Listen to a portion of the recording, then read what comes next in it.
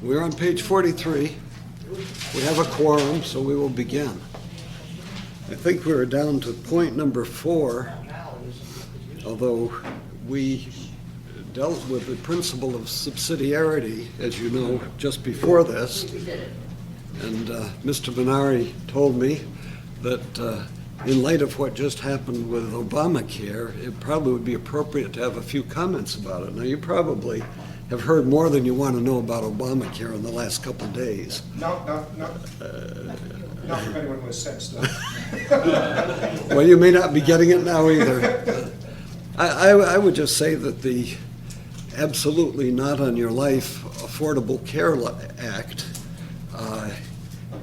is a perfect example of how to violate the principle of subsidiarity any way you could possibly imagine.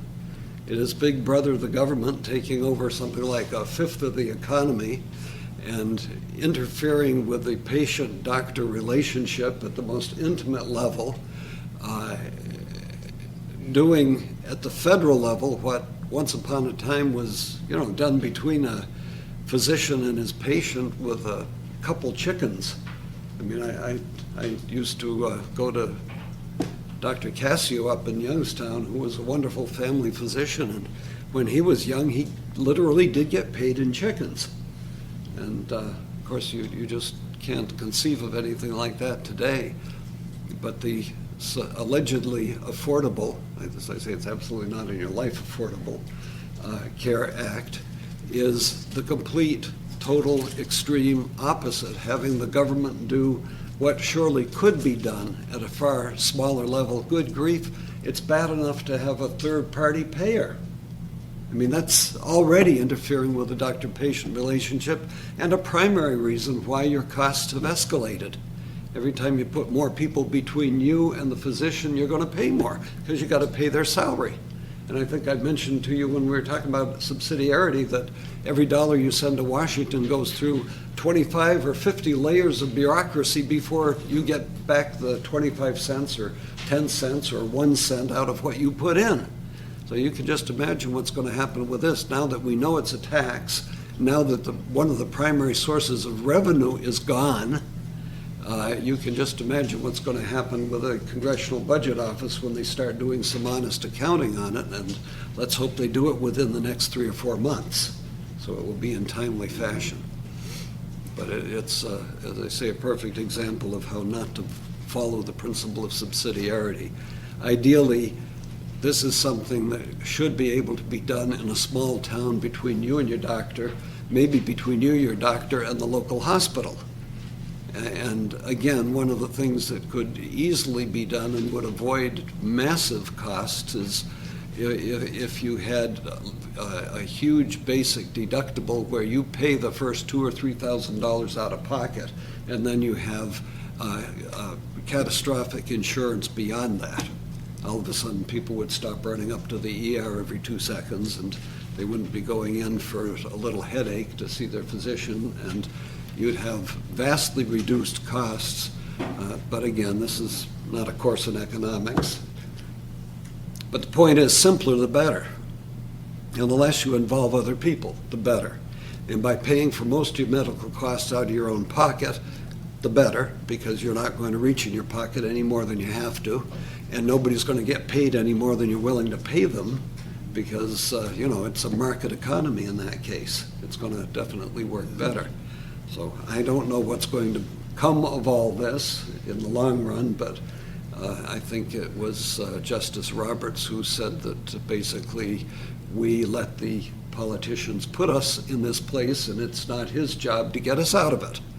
And therefore, it's up to us to deal with the politicians. And if we're foolish enough to keep the ones that gave this abomination to us, we deserve its fruit. So enough on that topic. Unless I do have one question, and that is what is the answer, the objection that is thrown to people who are against people like things like Obama or Obamacare itself is, well, what about these people who cannot afford? There's massive amounts of people who can't afford doctors or can't afford it. Should there be some sort of system for them, and what should that system be? if it's not coming from the federal government? Well, look, we aren't supposed to let our brothers starve to death, and we're not supposed to let them suffer. There is such a thing as private charity. Remember that the hospitals initially were founded by the Catholic Church and staffed by nuns. So the private charity would have a large role to play. Fact of the matter is, if you present yourself in an emergency room today, they have to take care of you. So to say that people are completely without medical care is really not real. Anybody can call 911 and you get an ambulance, and you will be taken care of. Now, how far that care will go, that's to a certain extent, that's rationed for everybody just because we run out of means or we do run out of insurance. There's nothing that says the government has to assure not only a chicken in every pot, but a Cadillac in every driveway. And ultimately, we are supposed to take care of our own means of sustenance. We're supposed to earn the money to take care of our family, and we're supposed to ultimately be responsible even for our own medical care, because that's, you have to have food to live. You're expected to pay for your own food. So ultimately, your own medical care has to be provided for. Now, what do you do with the people who truly have nothing?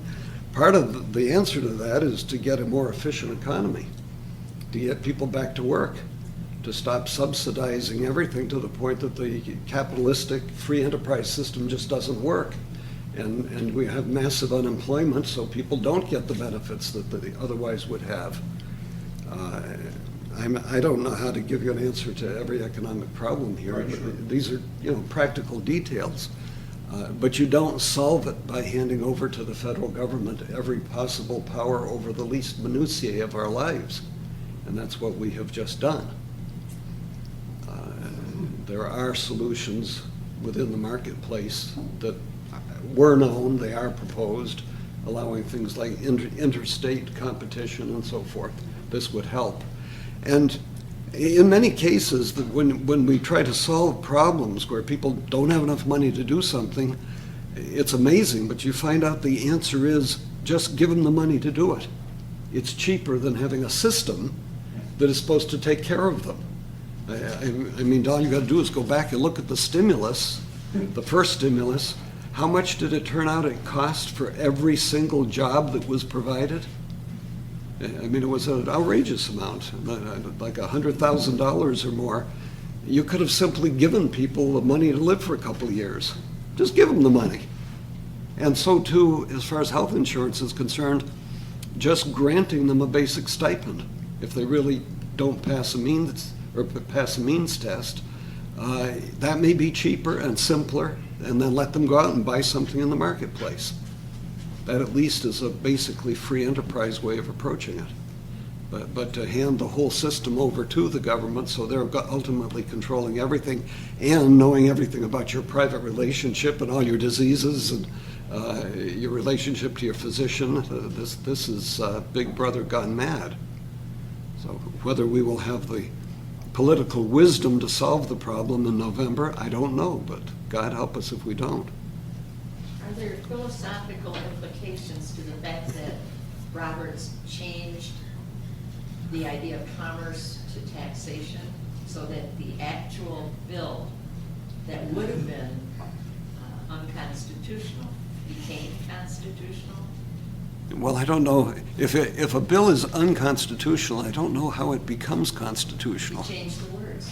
He made Did he change the words, or did he change the meaning, the understanding, the interpretation of the words? that may be. I don't think I'd be amazed if a court changed the actual terms of a law.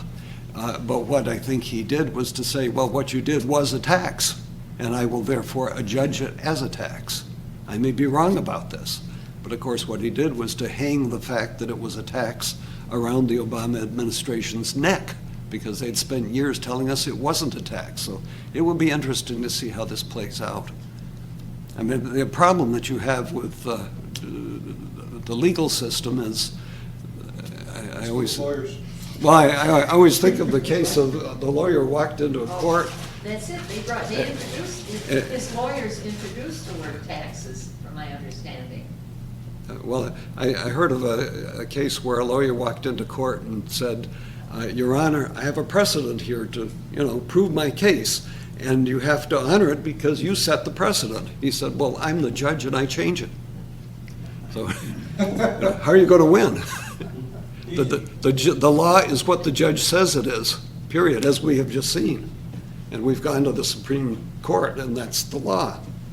12-man jury can override the Supreme Court anytime, Well, that's in a criminal case.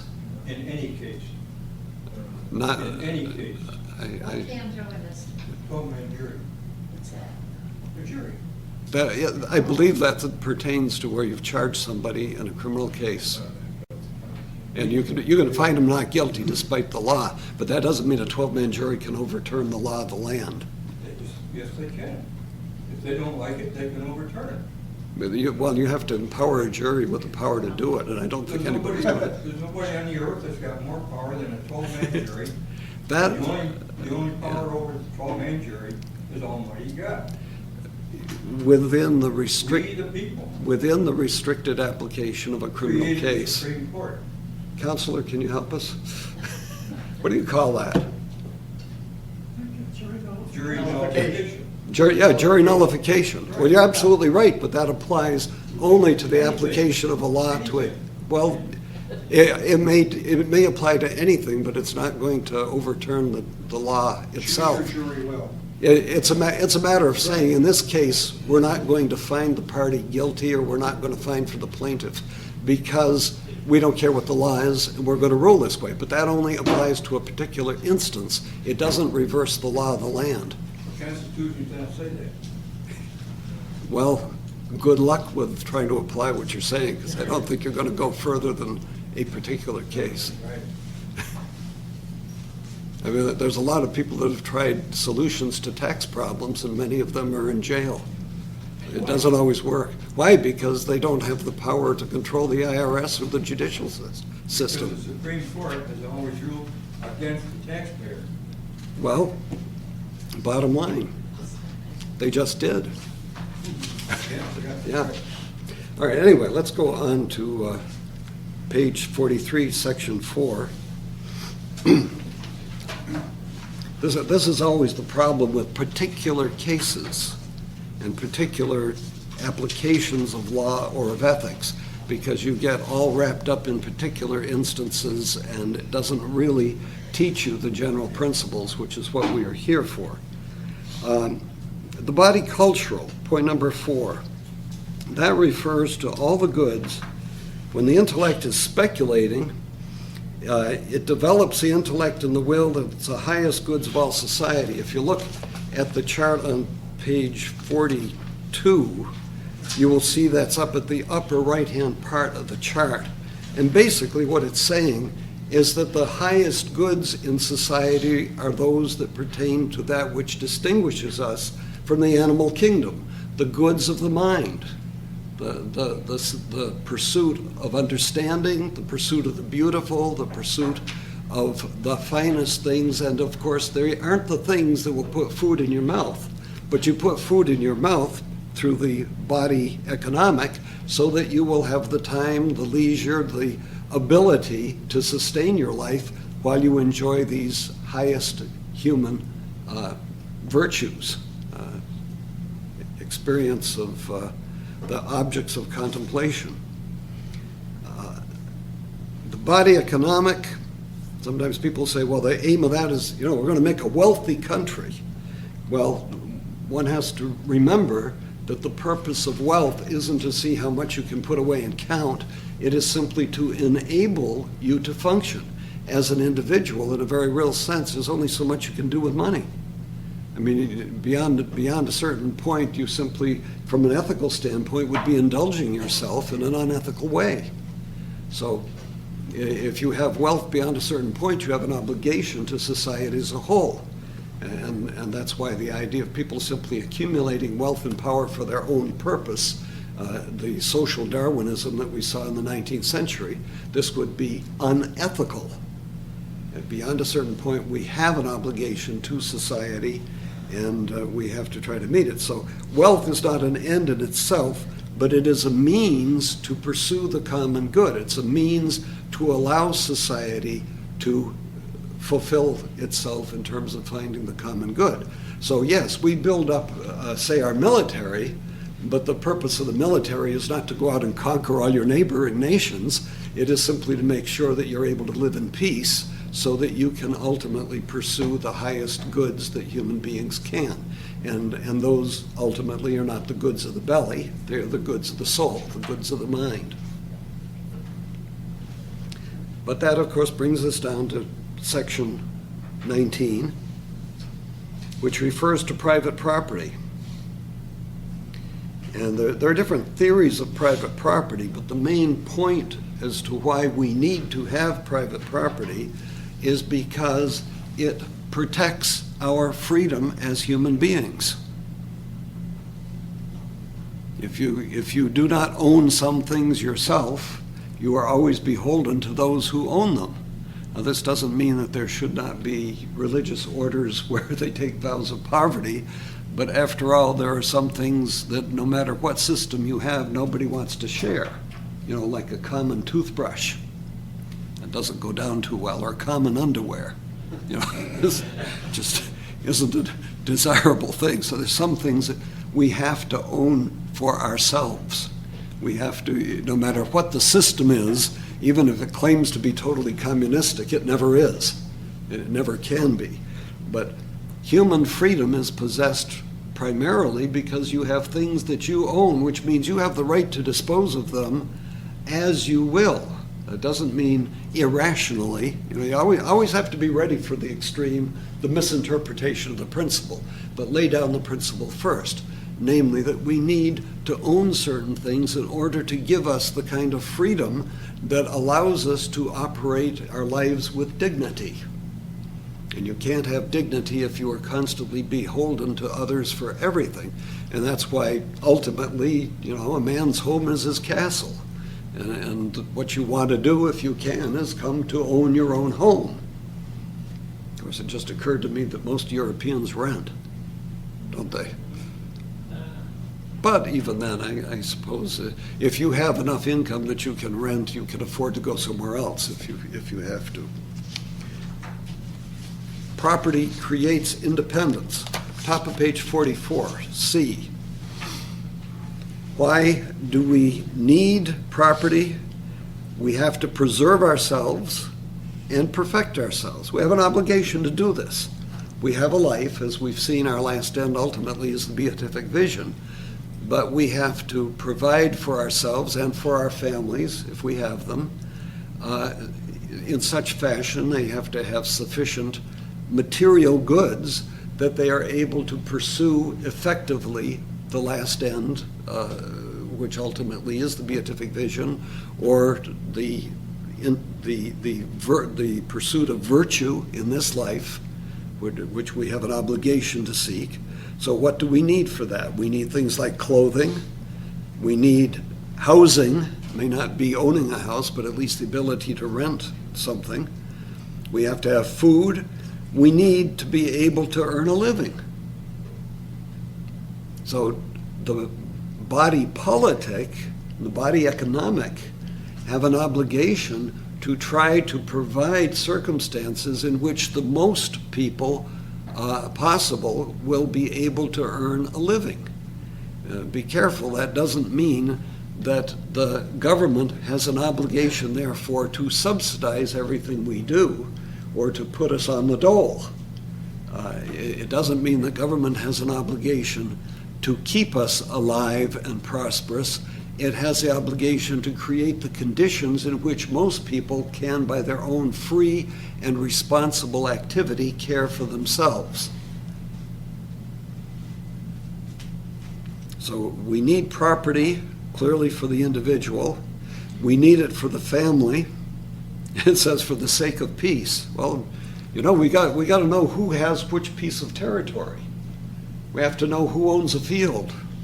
John Locke said that material things, we attain ownership to them by our work. It's not because we own a field per se, but we own the field because we've gone out and planted some wheat in it.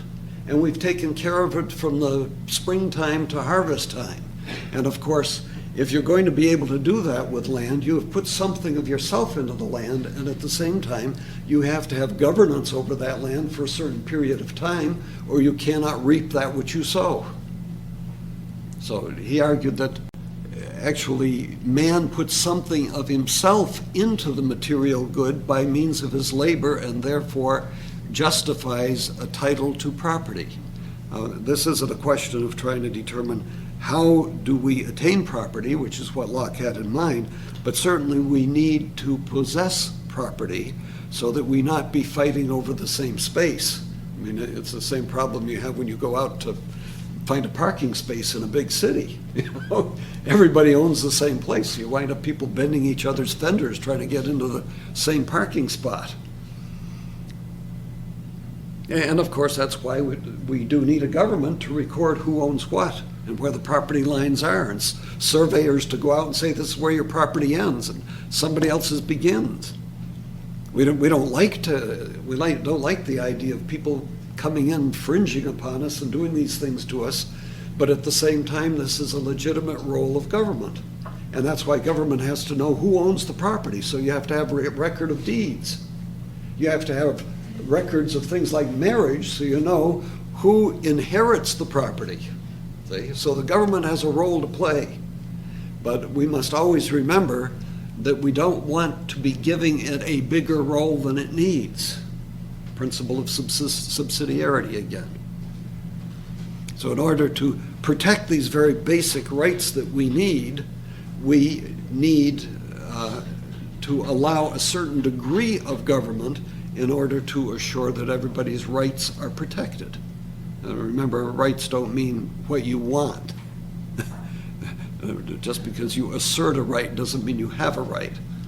It pertains to those things which are inalienable to you in virtue of being a human being, or which you have taken upon yourself a certain responsibility, and because you have that responsibility, such as having children, you have the right to, in general matters, oversee their care and their raising. And again, it's the obligation of government to protect those rights, not to usurp them, to protect them, not to replace, for example, parents, but to assist them in fulfillment of their obligations, their duties.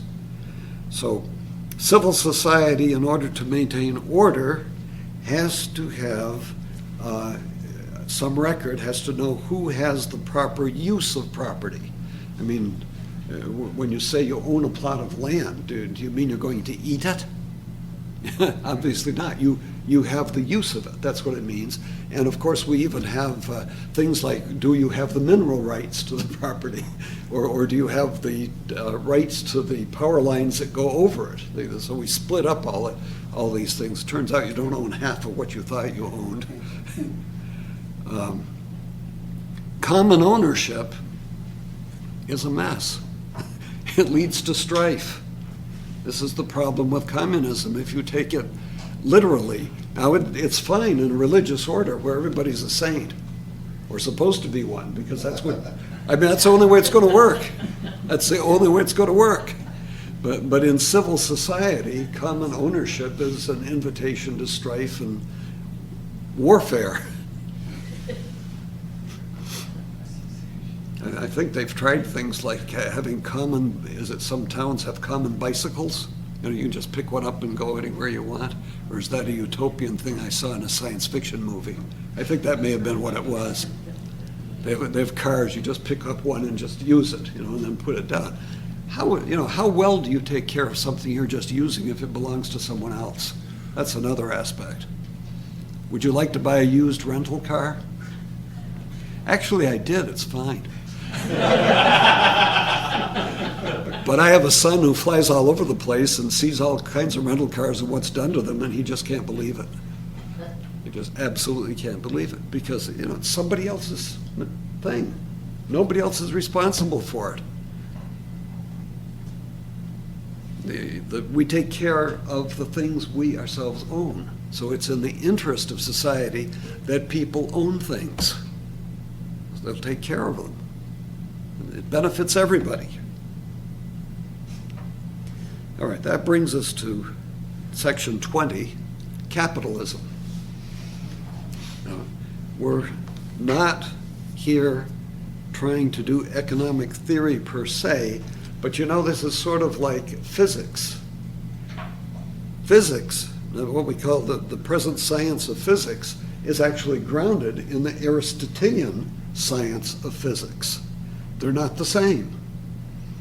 But the contemporary science of physics presupposes things that we determined by Aristotle in his book, The Physics, which simply means nature, the study of nature. There are certain things that are absolutely presupposed. I mean, if you doubt it, just, you might think, well, physicists, they deal with everything. They know everything. Just pick up a physics book, you look in the back, there's definitions of everything. Good. Find me a definition of motion. Motion is one of the terms used to define other things, but you won't find a definition of motion. The definition of motion was given by Aristotle 2,000 years ago. The act of a being in potency insofar as it's in potency. Try to get that out of a contemporary physicist. Not likely. And some other terms too, some other meanings. But ultimately, the time, space, place, these are all terms that Aristotle defined. And if you don't have a primitive concept of what those are, you can't build the contemporary science of physics. The same thing is true with economics. Ultimately, for example, if you don't know what is the nature of man, which the philosopher studies, how can you determine economic theory in the contemporary sense? So what we're talking about here are some of the more basic concepts that pertain to the philosophy of human nature and economics in a broad sense. It pertains really to subdivision, you might say, of ethics.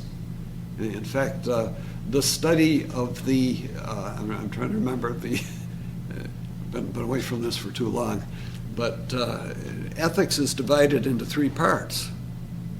You've got ethics of the individual, you've got ethics of the family, which I believe is called economics. And then you have the ethics of society, which would be politics.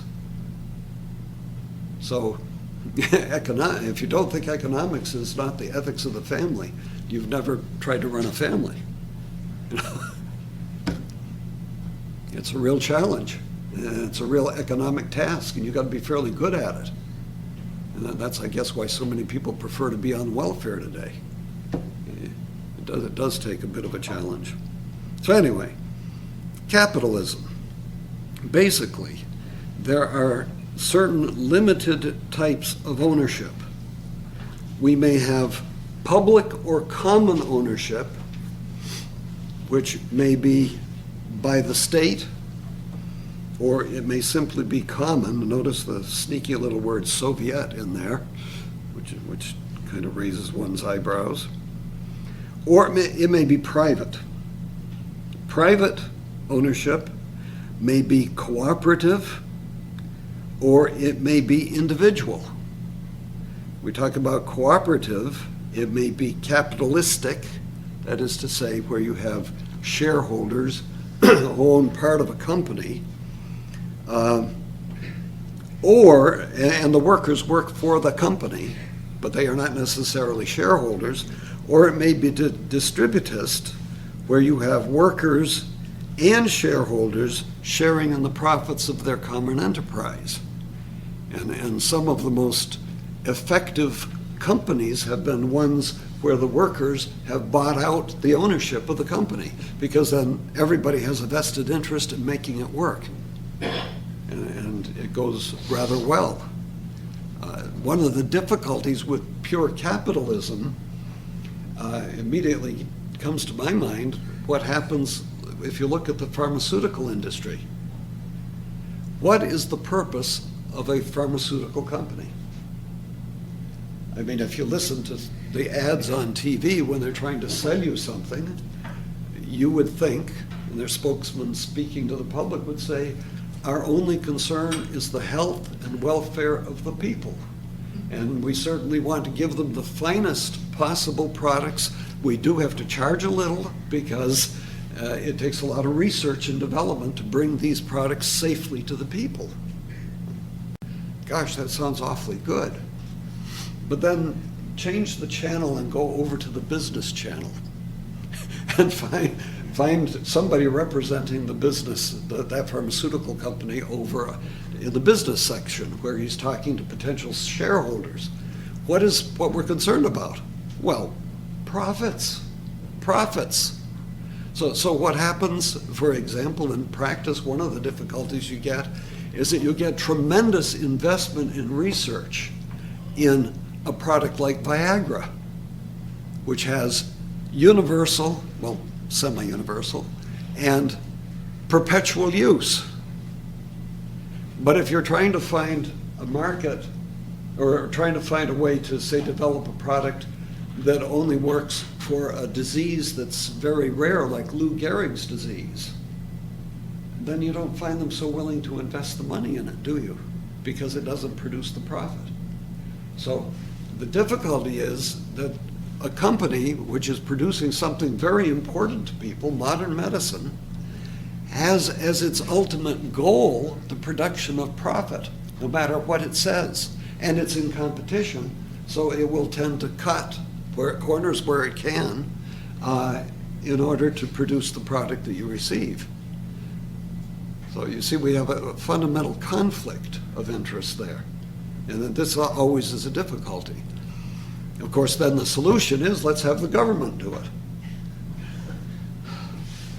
Well, I guess the difficulty with that is all you've done is trade in healthy competition for a draconian monopoly.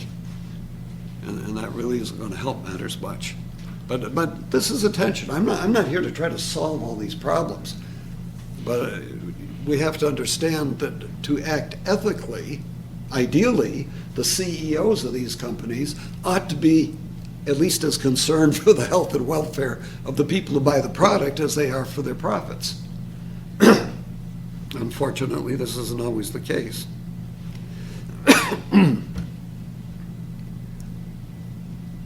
And of course, private ownership. Ideally, it would be great if everybody could just own things for themselves. The reason we don't, of course, as we'll see when we look at economic and political theory a little more broadly, is that we can't do everything for ourselves. We can't completely sustain ourselves. We have to specialize. Somebody's got to make the shoes for the horses. Somebody's got to drill your teeth. Somebody has to give you vaccinations. We develop specialties so that we can trade amongst ourselves and produce a greater common benefit than would be possible if we tried to do everything by ourselves. And that, of course, is why we get into commerce. I hate to bring up commerce at this moment after we've had so much talk about the Commerce Clause, but this necessitates commerce whereby, and what this comes down to is, we can't, as individuals, completely care for ourselves. That's why society is a natural result of the human condition. We need society, and when you have society, you need to have order, which means you need to have governance. But the problem is we don't want to let the tail wag the dog. We don't want to wind up with governance that destroys the basic goods and interests of the individuals for which it actually is supposed to exist. Private ownership, the individual comes first. I mean, obviously, if you own something for yourself, your own toothbrush, you're going to take good care of it. And indeed, you will be served very well by yourself. There's reference here to Catholic teaching. Rerum Novarum and Quadragesimo Anno. We're looking at, 1881?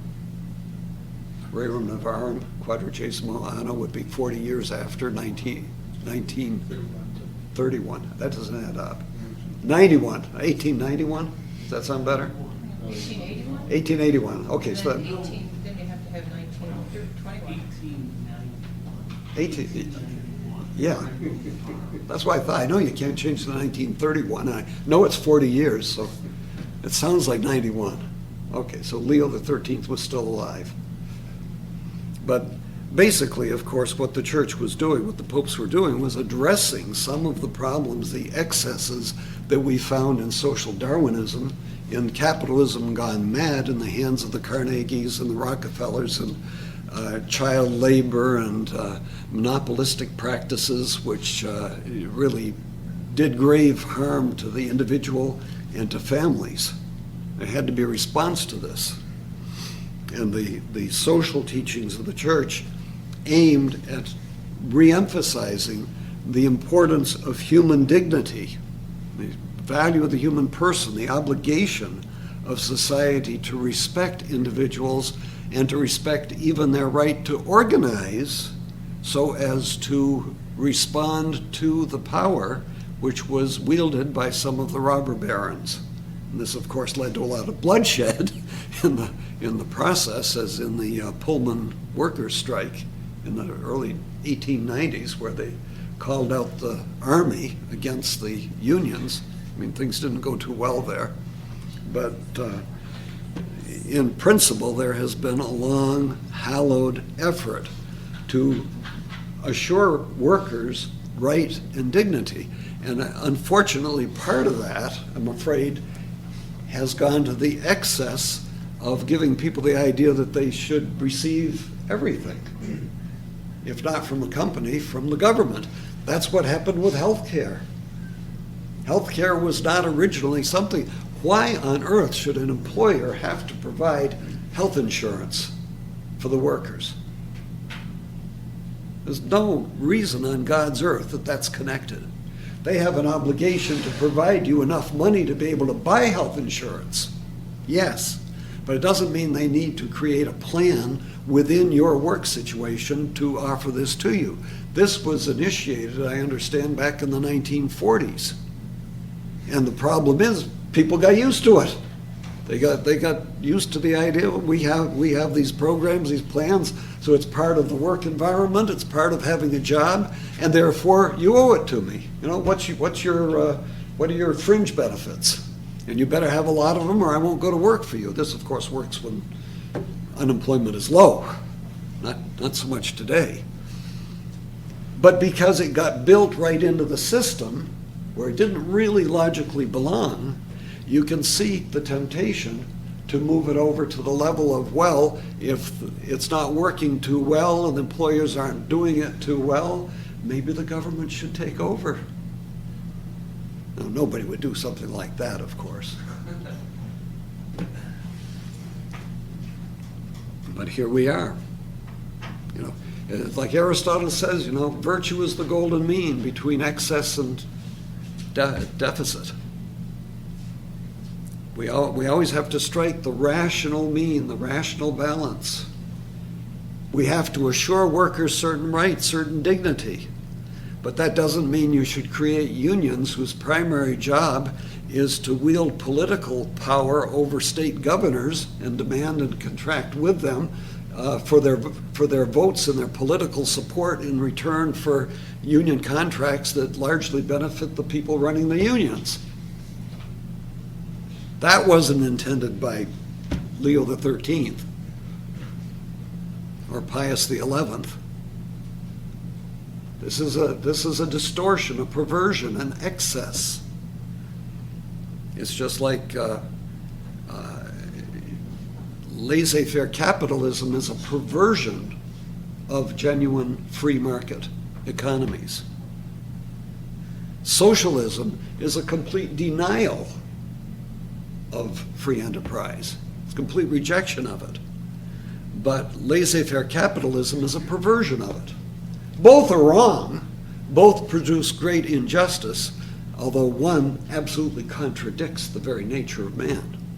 The other misuses the nature of man.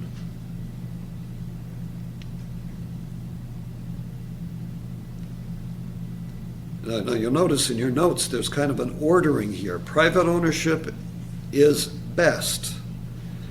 Where necessary, cooperative ownership comes second. And distributist ownership, where the workers share in the governance and the ownership of a company, is better than a pure capitalist system where the workers work for the company and somebody else owns the shares in the company. Now, I realize sometimes that workers get shares, but owning a share from the outside of a company or a corporation isn't the same thing as having direct governance of it. You can vote your shares, that's true, but in a distributive system, you would have the workers as a whole owning the company as a whole. And of course, the worst thing would be state ownership, or even worse, the Soviet, where you have a complete communistic system. And of course, we do see mixed economies. We have economies where the state does own certain parts of the economy. In some countries, they may own the public utilities. And of course, there's kind of fine dividing line there, because if you own a public utility, you got your hand in the pocket of the state, and they got their hand in your pocket, because everything is regulated, and you almost might as well have the government own it. But at least in principle, you can have some kind of competition. We do see that even with your utility bills right now, because if you want, you can get your natural gas from, say, National Fuel, or you can contract to get it through a third party for a different price. So there is some measure of competition there, and that's healthy. That's healthy. But at the same time, you can't have multiple companies laying down the gas lines, can you? I want a gas line to my house in Youngstown, so we'll run one line out to me. And you want a different company, so we'll run a different line out for you. Well, that doesn't work too well. But again, this is a matter of common sense. God gave us intelligence and reason with which to govern ourselves, and therefore we are expected to do that. We're not expected to abdicate our governance. And that's what we tend to do as we move towards a socialistic form of government. We are it comes down to the old principle of subsidiarity. We're violating it by handing over to others, by handing over to a larger unit of government more and more power than it needs for our own purposes. And to the extent we do that, we lose our human dignity, our independence, our freedom. So an ideal society is one that maximizes human dignity and freedom, while at the same time assures the common good by a rational application of legislative and judicial decisions, with the people governing themselves through their representatives in some fashion. Now, you may decide the representative you want is a king. Go ahead. If it works, fine. Remember, that's all right. B, the body economic. Remember, these notes are taken from Dr. Waters. So he refers to the present pathological state of the body economic. And one might wonder, how can it, don't we live in a world where we have amazing economic and technological progress? We can do things that never have been done before. Well, he drags out this old example from 1495 AD, where in some places, some countries, this may have been England, I don't know, 2.5 days' work could provide a living wage for a family. Now, that seems unthinkable to us, because today you got to work 40 hours, maybe 50 hours, and in fact, the argument is made, both husband and wife have to work, don't they? So that's 100 hours to feed your 2.2 children that you probably won't even have because you're working and belong to the 85% that are using contraceptives. Which will be, that's right. I mean, I'm always appalled when I remember as a kid, I could see that you could have a husband working, the wife stayed home, they used to, and he could care for his wife, he could care for a good-sized family, and make enough money even to make mortgage payments to buy a home. Just working as a factory worker, making Fords, or even outside of the automotive industry, just to get away from the AFL, CIO. It was possible. And now we've made such progress that it takes two people and they can't make it. And as you know, the grave danger, because we have gone so far towards socialism, we've come to the point where for the first time our children and our children's children will not do as well as we are doing or have done. Something's wrong here. So maybe it's not so absurd to say back in 1495 you could work 2.5 days a week and provide a living wage. After all, of course, if they were primarily raising crops, you can't sit out there and push the seed up out of the ground all the time. You've got to just let it do its thing part of the time. But conditions were such, as it notes, in France at the time there were 50 holy days a year. Now that meant 50 days that you not only didn't need to work, you couldn't work. It'd be mortal sin. Or in England, they had 150 holy days. That's a lot of praying. Good for the soul. But it meant basically you had half the year off. That's because you gave your first gift to God, see? Well, yes, and you were repaid handsomely. You wonder why so many holy days. Well, one of the reasons is the church was also trying to limit the problems of warfare that occurred. So they would say you couldn't wage war on a holy day, and then they made an awful lot of holy days. Wow, United States could benefit from that. Well, the problem is, no, because we live in a secular world now. Nobody pays any attention to the popes or anybody that's going to lay down these these rules. So the question is, why has there been a decline in prosperity? That's why people say, but we have a lot more today. The point is, though, we don't have anywhere near what we could make if we worked efficiently, really. I mean, consider the fact that half the people, in a very real sense, aren't even working.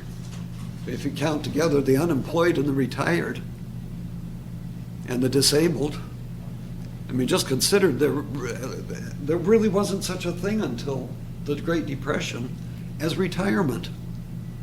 We suddenly had a large unemployment rate, so it was thought, well, if you're age 65 or older, you shouldn't be working anymore. So you're retired. If you're retired, we don't expect you to work, and therefore you're not counted among the unemployed. So the unemployment rate went right down, see. There was a time people just kept working. And of course, we're coming back to that time again, aren't we? You just look at the people that you run into the supermarket these days.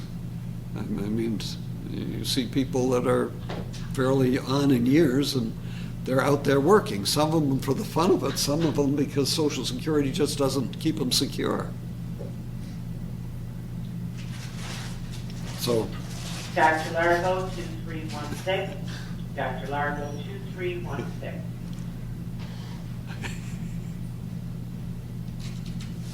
shouldn't do that. He might be in here.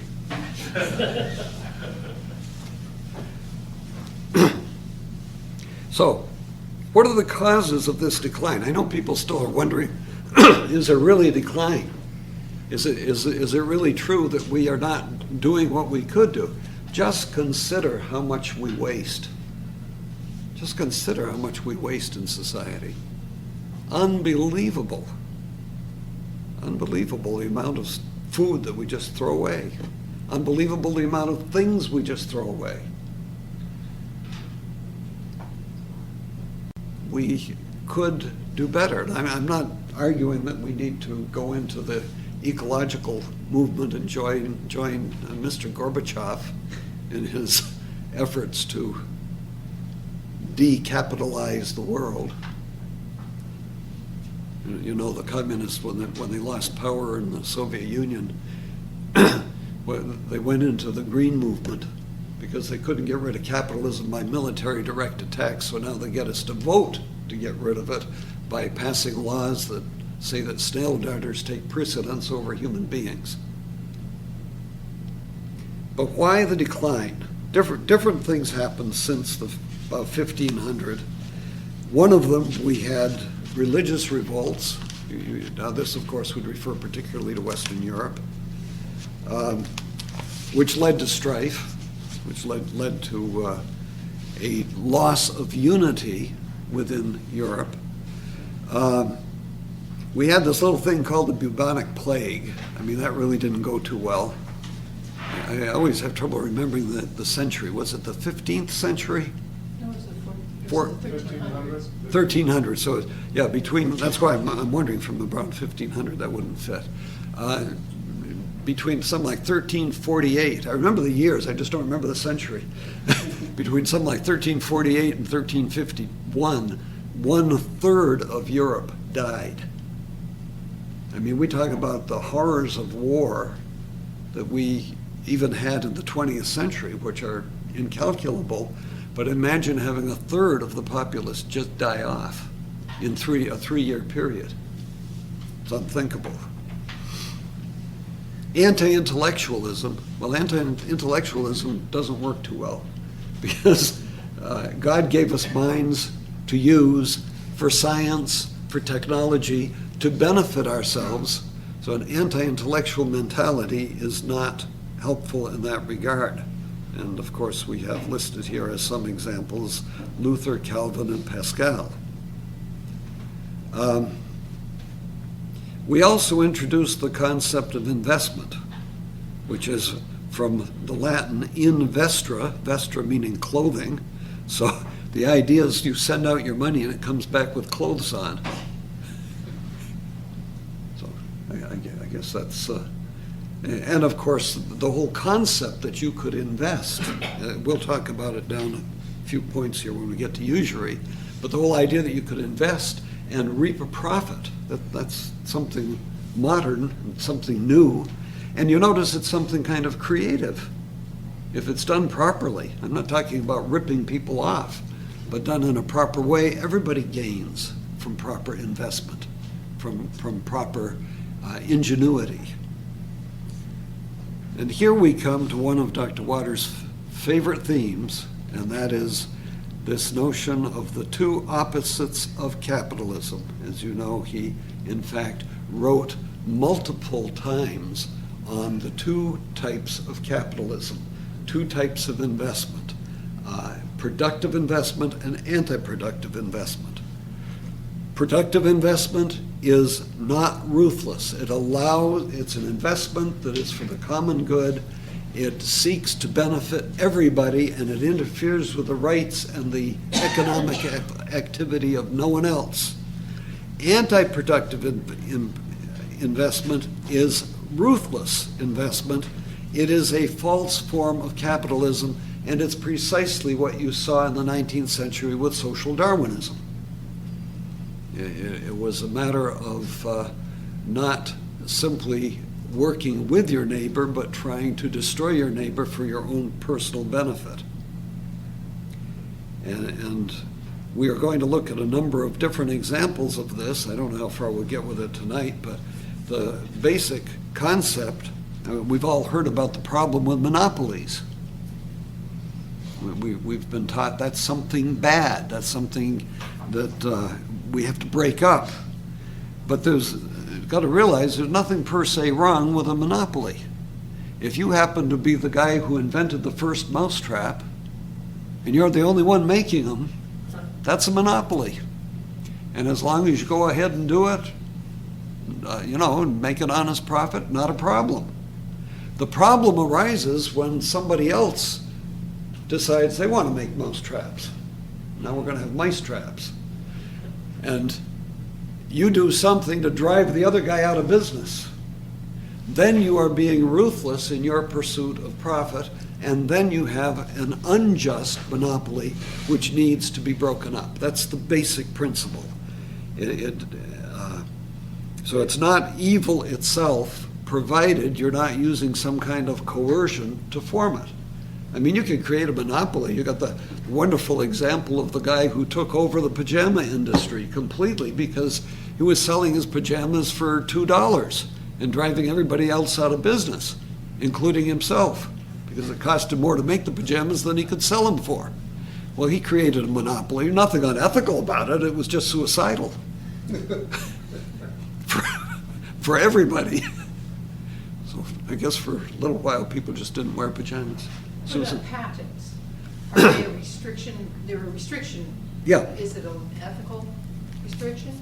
Well, yes, this is a judgment which flows from government, that if you have made a great deal of effort to come up with something that is new, that benefits society, as a reward for that, we will allow that you will be the only person for a certain length of time who can make a profit off it. That's the basic concept of a patent. I don't see anything wrong with it. I do see things wrong with the way they're sometimes manipulated, because this, again, you see with the drug companies. You see a drug that's horribly expensive to begin with. Well, literally, you can spend hundreds of dollars or thousands of dollars a month for something, and you've got a 7-year patent, and just when the last year comes up and you think, oh, it's going to go generic, what does the drug company do? They find a way to change the patent a little bit and come up with something just a little bit different so they can keep the thing going for a few more years. And this may not be ethical. And what it means effectively is you don't manage to get that drug that you need at a generic price. So sure, you can manipulate patents, you can do wrong things with them, the government can grant them when they shouldn't, they can be bribed to give them. That doesn't mean something is per se wrong or immoral. It just means there's nothing you can make that can't be misused. And there's nothing you can make that you can't use unethically. Some examples of monopoly where it would be evil would be, say, buying land just to prevent others from using that land. I mean, the classic example of a monopoly was the robber barons is John D. Rockefeller. Standard Oil of New Jersey. They had a monopoly horizontally and vertically. They had a monopoly from taking the oil out of the ground to refining it, processing it, distributing it, and delivering it to you at your local service station. They owned everything. Everything. And if you were trying to pump oil, if you were trying to, even have your own oil rigs, what would happen, if we had them all over the place, is Mr. Rockefeller or whoever has the monopoly would come to town and say, okay, you're selling your oil for 10 cents a quart. Well, I'll buy your company from you for next to nothing, or I'm going to come in and sell it for 5 cents a quart while it's costing you 6 cents a quart to produce it. Which do you prefer? He's holding a gun to your head. You wind up having to sell your company to him. That's ruthless investment. That's anti-productive investment because you're driving everybody else out of the business. That would be grossly unethical.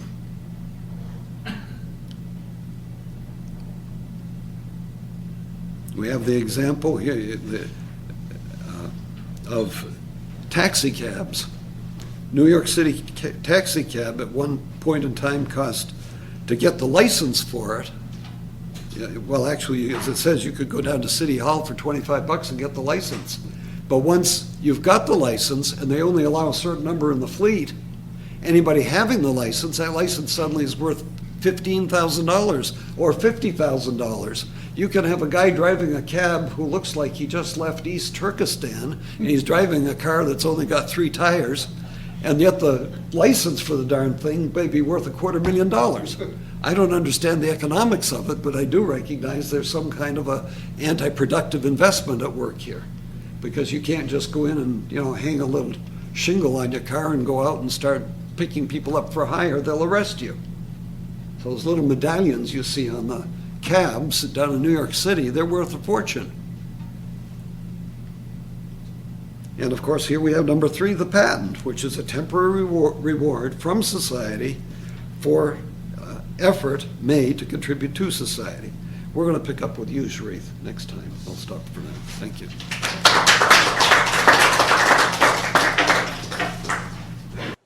Sound production copyright, Olteen Library Services, 2013, www.aquinasphilosophy.com.